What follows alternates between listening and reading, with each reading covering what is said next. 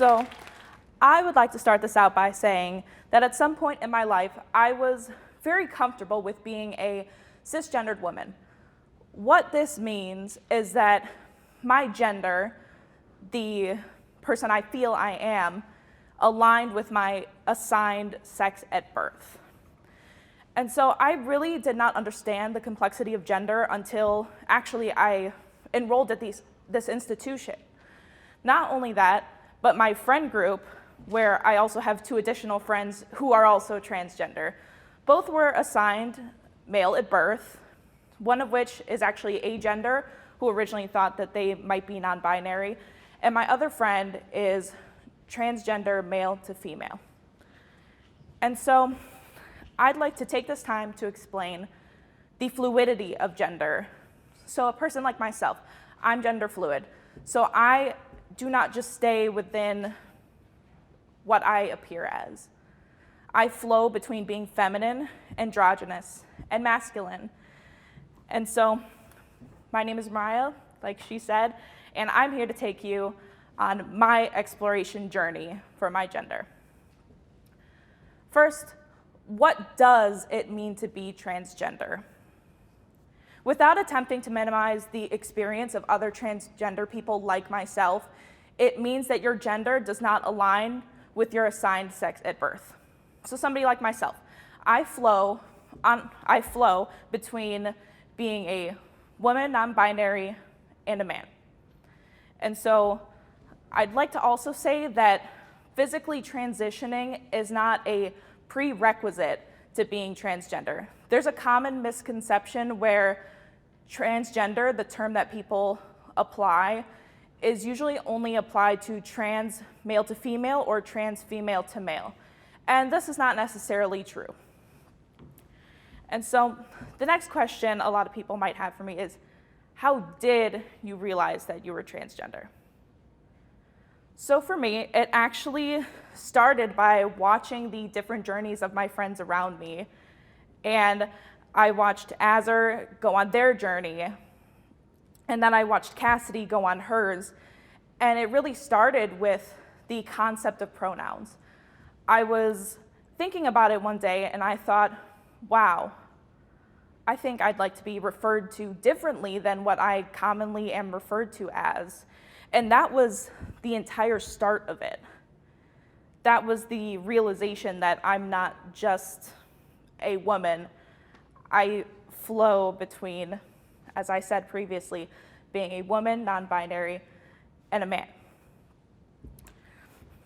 And so I do believe in a way that it was always there. From when I was younger, I was typically into more masculine things. I loved the idea of cargo pants, combat boots, having short hair. Unfortunately, I did receive a lot of backlash specifically about the hair because it is seen as something that is more masculine in our society. And so I'd like to continue by talking about what it really means to the individuals to be transgender. So I would like to start with a little bit of Azur's story. So Azur's story began during quarantine. They had went most, if not all, of their life being discontent with being a man. And so as they started to research, they realized that they are actually agender, as I mentioned previously. And so they also came to realize that gender is incredibly personal to each individual. You know, there are different terms and definitions, there's a lot of them, and it's really important because Azur realized that there are multiple terms and definitions that may fit them, such as gender fae, anti-boy, and demigirl. Gender fae means that it's a type of gender fluidity. So what it means is that their gender, they flow, but they do not include masculine genders. Anti-boy is the opposite of being a male.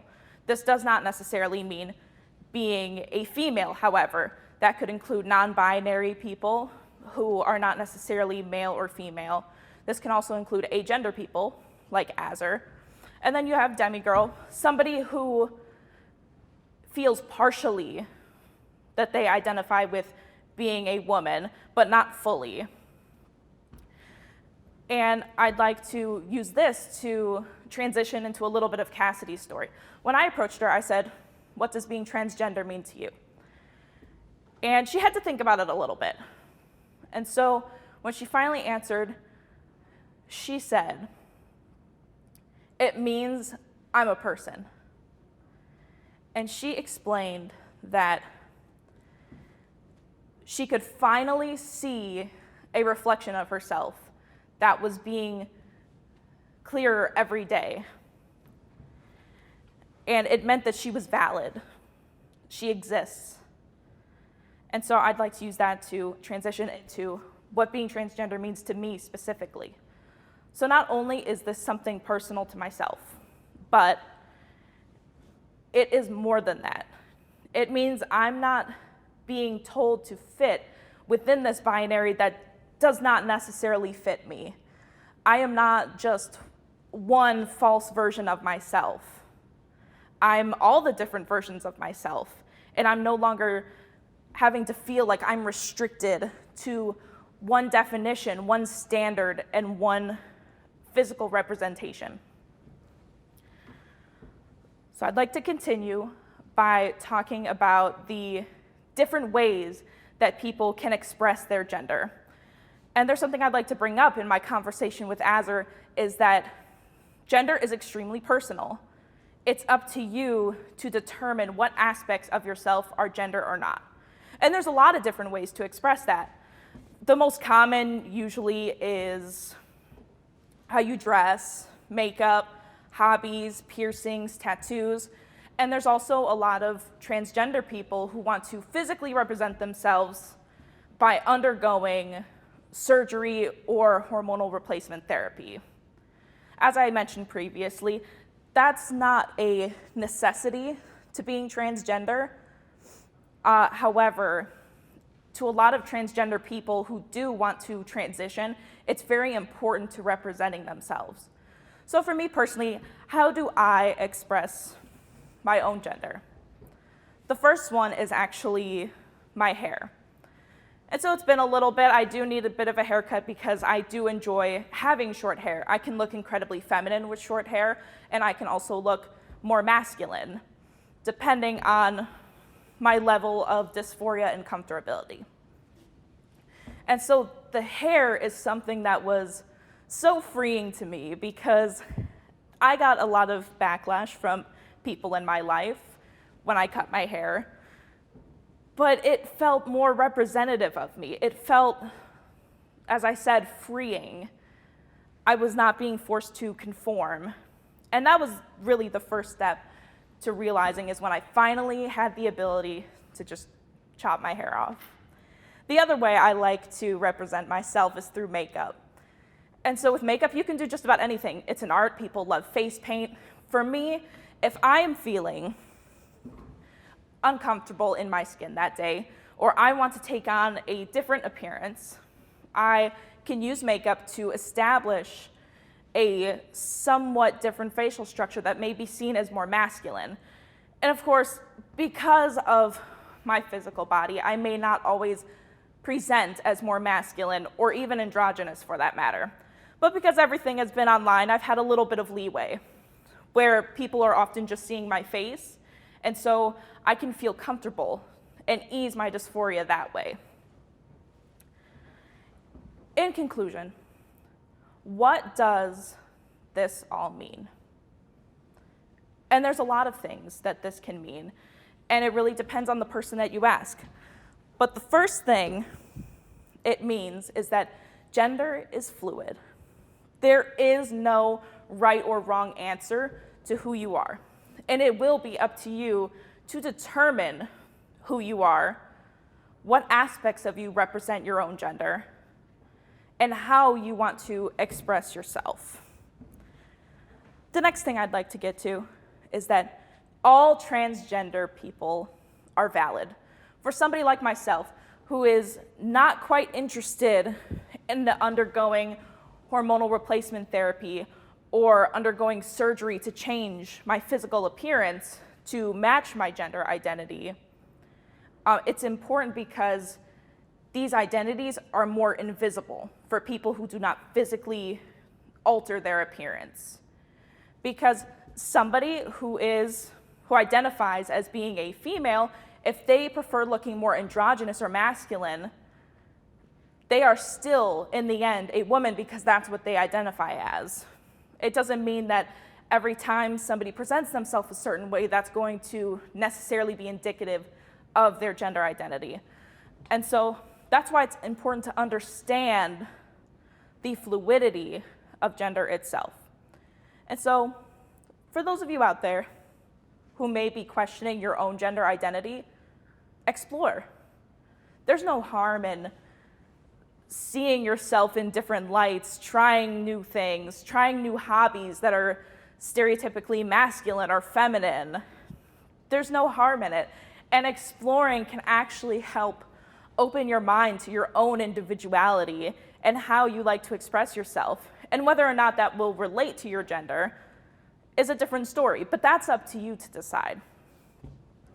And for people who are not necessarily questioning, but find the topic interesting and they want to know more, research.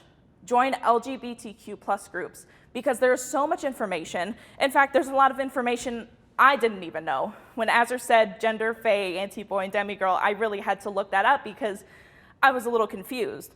In fact, when I was undergoing my first experience with having a little bit of an identity crisis, I also had to look up different terms and figure out what fits me the best. What do I really resonate with?